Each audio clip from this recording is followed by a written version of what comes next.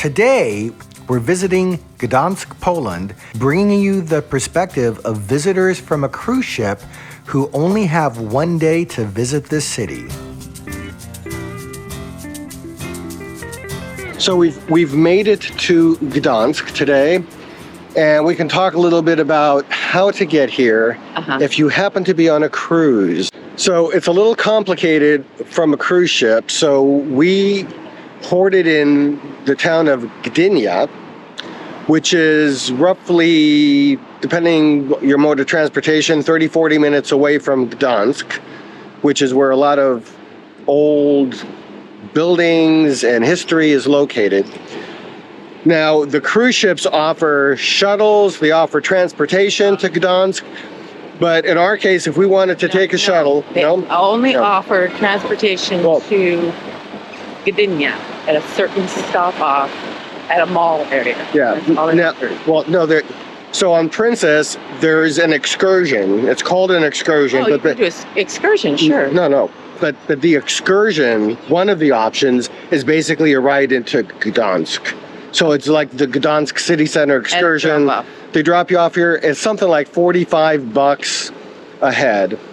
So, the issue with that is it costs a bit of money, and then you're limited to their timetable. You only get like so much time here. So what we opted to do is to walk from the port to a train station, Gdynia Stocznia. It's about, a half-hour walk? Yeah. So it's a bit of a walk. You probably could take a taxi from the port to the train station if you don't want to walk that far. But then the thing you want to know about is once you get to the train station, it's basically a platform. There's not a station. There was a little kiosk machine, supposedly, that should have been available to purchase tickets, but it wasn't working. No. So in our case, we ended up getting on the train when it pulled up. With the help of a gentleman. Yeah. To get on the train. Who only spoke Polish, by the way. So that's one thing to know is if you're going from the cruise port to the nearest train stop, don't expect anybody to speak English. Yeah. You may get lucky, but odds are that's not going to happen. Right. I happen to know just enough Polish to get by.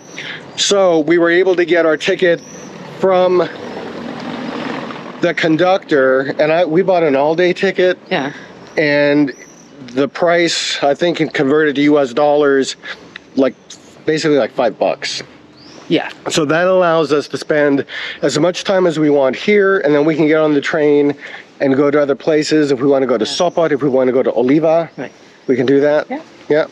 So if you want to save some money, and if you have Google Translate on your phone, that may help you ask some questions if you don't speak the language. And get some answers. And there was a lovely couple from Montreal. She spoke really good English, but that wasn't helping her to figure out how to get on the train, how to pay. So they were so ever grateful that you could speak some Polish, and you helped them out. Happy to help. Yes. Hopefully they have a good day too. Yes. And we are just about in the old town, so we're going to check it out. Yes.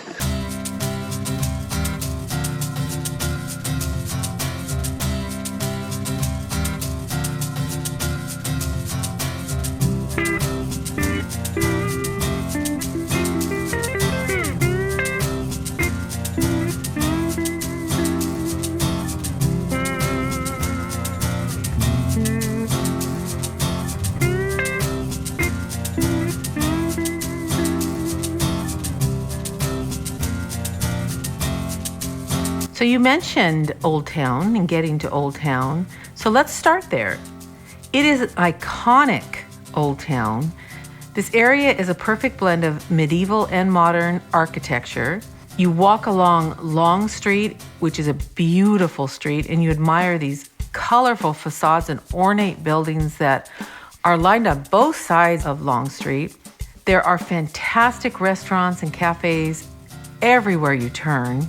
A must-see spot in Gdansk Old Town includes the Neptune fountain, which is a famous landmark and symbol of the city, and the Golden Gate, one of the main entrances to the Old Town. We're going to take a peek inside St. Mary's Basilica in Gdansk. Church is absolutely huge, made of brick, massive structure. In the center of Old Town, don't miss out on visiting St. Mary's Church, also known as the Basilica of the Assumption of the Blessed Virgin Mary.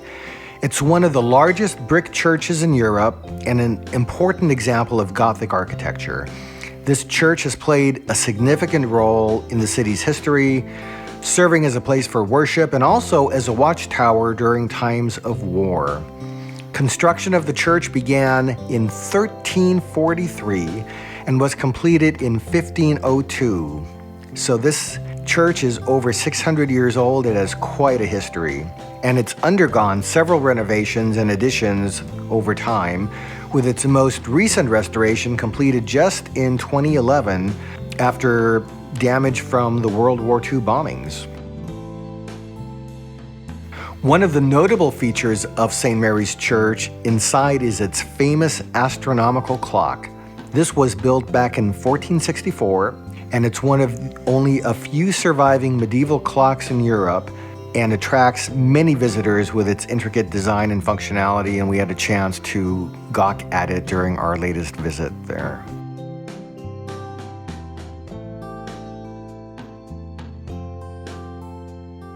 The main altar of St. Mary's Church is a masterpiece of Gothic art. It was created by Master Michael of Augsburg. This artistic feature includes movable wings that can be presented in various configurations depending on the liturgical calendar.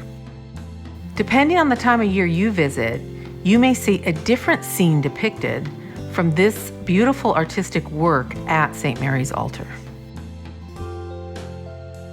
St. Mary's Church has played an important role in Polish history. It is where the first elected president of Poland, Lech Wałęsa, prayed after his release from prison in 1983. The church also served as a symbol of resistance during the Solidarity movement against communism. When you visit, you can climb the 405 steps of the tower to get a stunning view of Gdansk Old Town. If you're just walking around the Old Town, you definitely want to take a stroll along the Motlawa River embankment. It's lined with cafes and shops. It's a wonderful place just to walk, to people watch, look at the boats in the channel. It's a perfect place for history buffs and people who just want a leisurely afternoon. There's historical sites in the area. There's this iconic crane from the medieval era that you can't miss, that's become a symbol of Gdansk's maritime heritage. And here in Gdansk, on the riverbank area, there's not only lots of great places to eat in the city, but especially some of the restaurants here right on the river is some of the best food we've eaten when we visited the city before. Sledge. And Best I've ever had. That's pickled herring. Polish herring with views of the water when you eat here. Yeah, very cool. Highly recommended.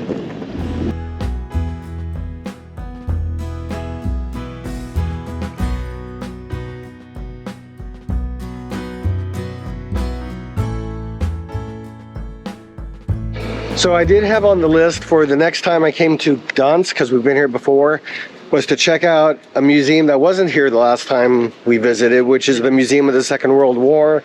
Was all excited to go there until I realized that our one-day cruise stop in this area was on a Monday. Yeah. All museums closed on Monday. Yep. Kind of common in Europe. Yes, so, very common, yeah. Just so you know, when you travel, especially on Mondays in Europe, check to see what's open, because lots of things can be closed. And here is the famous Neptune fountain.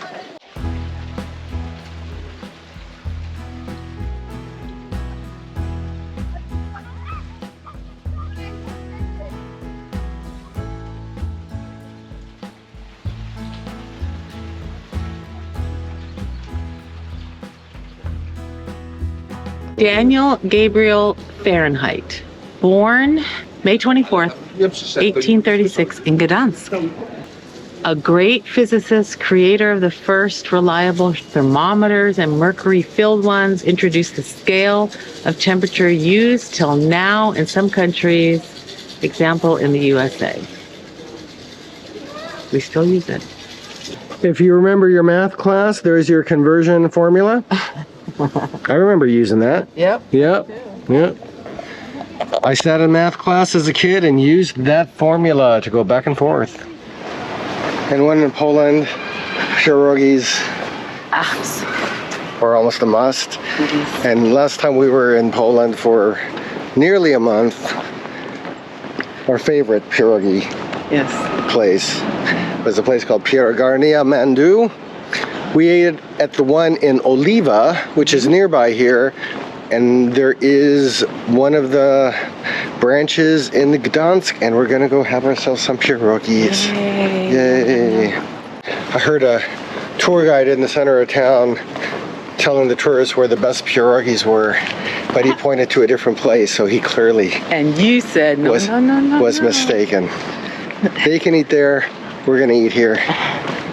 No visit in Gdansk is complete without trying some of the traditional Polish cuisine. Our top recommendation is Pierogarnia Mandu. I think most people know pierogies and Poland are just linked together. Yes. I think that's a pretty well-known fact. But these pierogies, oh my goodness. There are so many different types, varieties, sweet, savory, all kinds of flavors. It's unbelievably remarkable. It's so good. I highly recommend this place because their pierogies are particularly yummy. so at Pierogarnia Mandu, the selection options that you have available are just amazing. So this is not your run-of-the-mill potato and cheese pierogi, though they do have something like that too. But we are getting, out of the many options on the menu, we're getting one thing called Daria Wahora, I think it's how it's called. Boiled dumplings with black seed, with chickpeas, sun-dried tomatoes, hazelnuts, onion, parsley, served with yogurt sauce, and it has a base of chili, mint, and honey. How's that for a combo?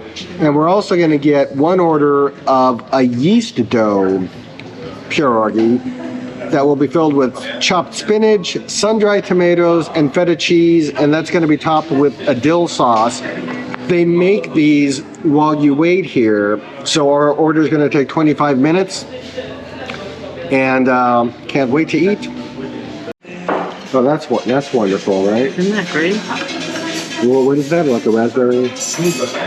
Raspberry lemonade. Yeah. But it's got real raspberries. This is mint. Right here. And it's a little flower. Marvelous. Marvelous.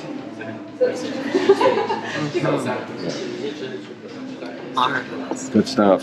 I almost got something like that too, and maybe I should have because we've been walking around and a little warm, but remember last time we were here, this is the place that out of any restaurant we've been to, they do tea the best, hot tea the best, because it comes in a classic teapot. It also comes with a timer, so depending on the kind of tea that you get, they make sure that it's steeped for the right amount of time, and the instruction is when your timer goes beep, beep, beep, beep, beep, that's when you know it's done, and you can take your tea leaves out and enjoy your tea.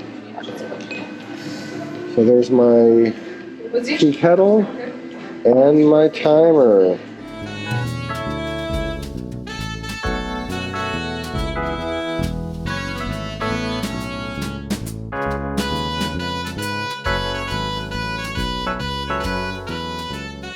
So our pierogies have arrived. We have our baked ones with spinach and some other stuff in it, I forget. And now we have the boiled ones that have all those wonderful flavors in it. I forgot what it's called. But let's dig in. Yeah. There are so many varieties to choose from, including options for meat eaters, as well as the vegan crowd. So this dish right here is part of an offering that they have called Dumplings of the Champions. And the way they describe this, it says Dumplings of the Champions is a project created in order to give the guests here a chance to try recipes that come from some of the best chefs in Poland. And their website, you can find them at Pierogarnia/Mandu.pl, or they're also on Facebook. You can find them at Pierogarnia Mandu. They can show you how kitchen masters prepared these very proprietary stuffings for the Mandu restaurant. Very unique, very good. These are the yeast ones. The spinach and feta. The spinach, yeah, kind of a Mediterranean type of taste to it. It's baked.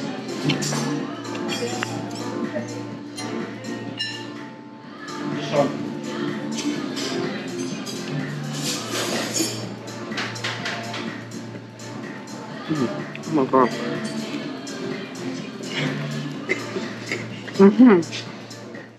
They also have options for remembering your visit by maybe buying a shirt. This shirt says "Stop War equals make pierogi." So there you go. All we have to do is make pierogi, and the world will be at peace.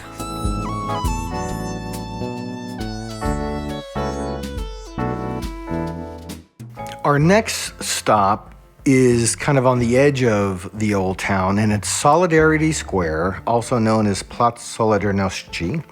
And this square holds immense historical significance, as this is the place where the first major anti-communist movement occurred in Eastern Europe, led by Lech Wałęsa. Today, it serves as a memorial to the struggle for workers' rights, and it's home to the European Solidarity Center. You can take a walk around the square to see important monuments and memorials dedicated to this pivotal moment, not only in Poland's history, but in world history as well, too.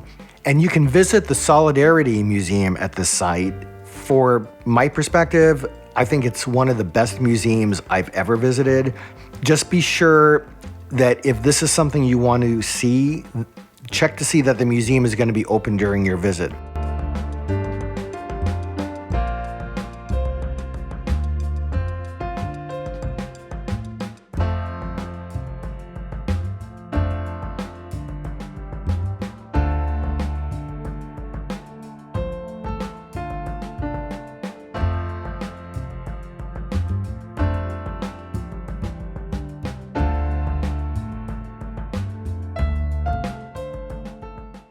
Another recommended spot is St. Bridget's Church. It is a must-see, which holds architectural and historical significance. This church was initially built in the 14th century and has undergone various renovations. One of the most impressive features of the church is its amber altar, a masterpiece made from over 200 kilograms of amber.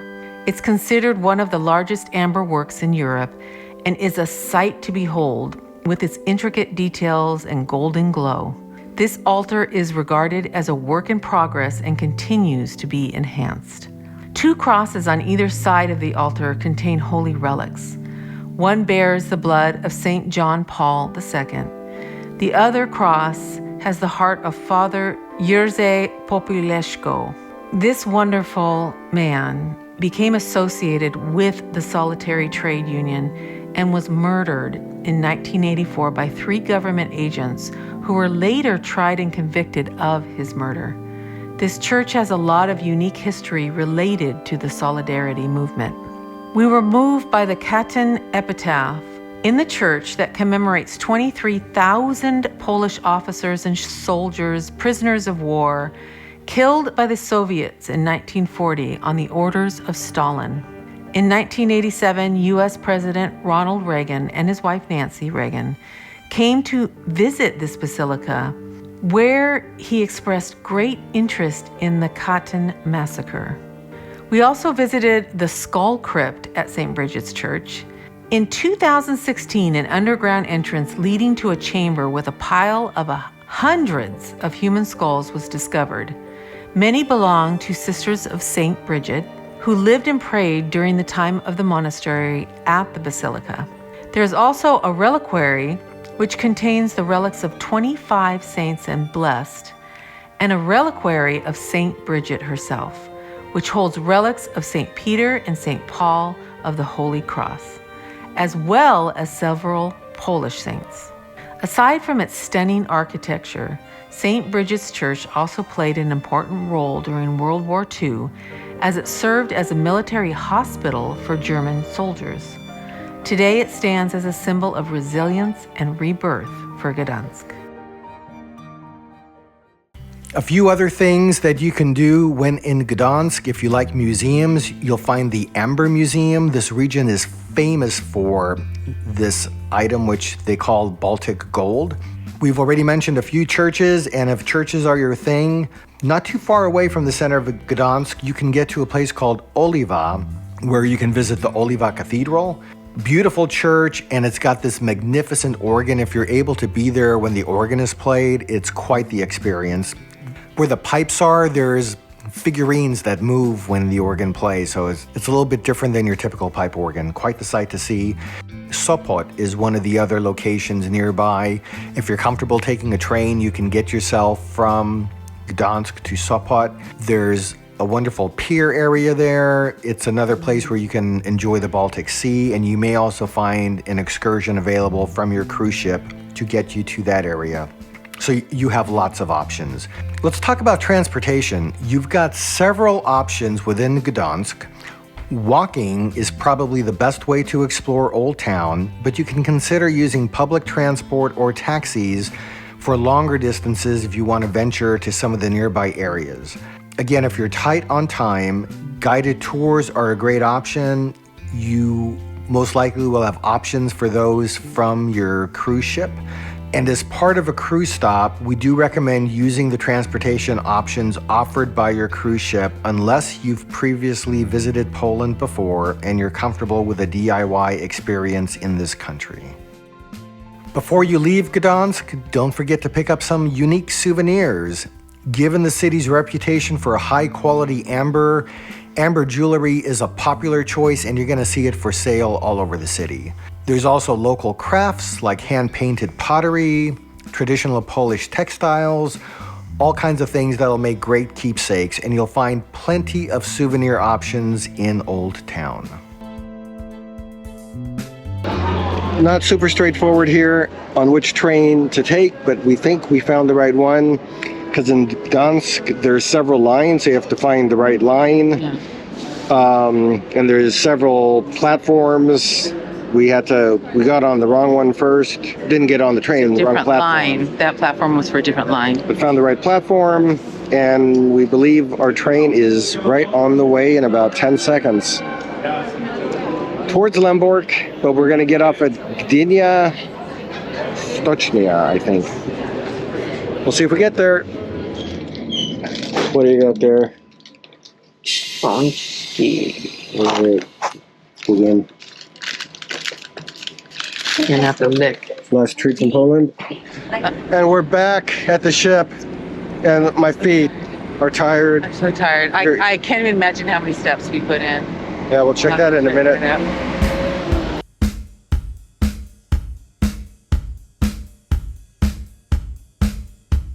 For those planning Baltic cruises, Gdansk should definitely be on your list. It's a city that offers historical landmarks, cultural experiences, and fantastic cuisine.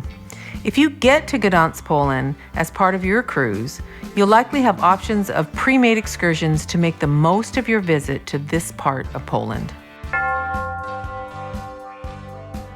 That wraps up our guide today for visiting Gdansk as part of a one-day stop for cruise ship travelers.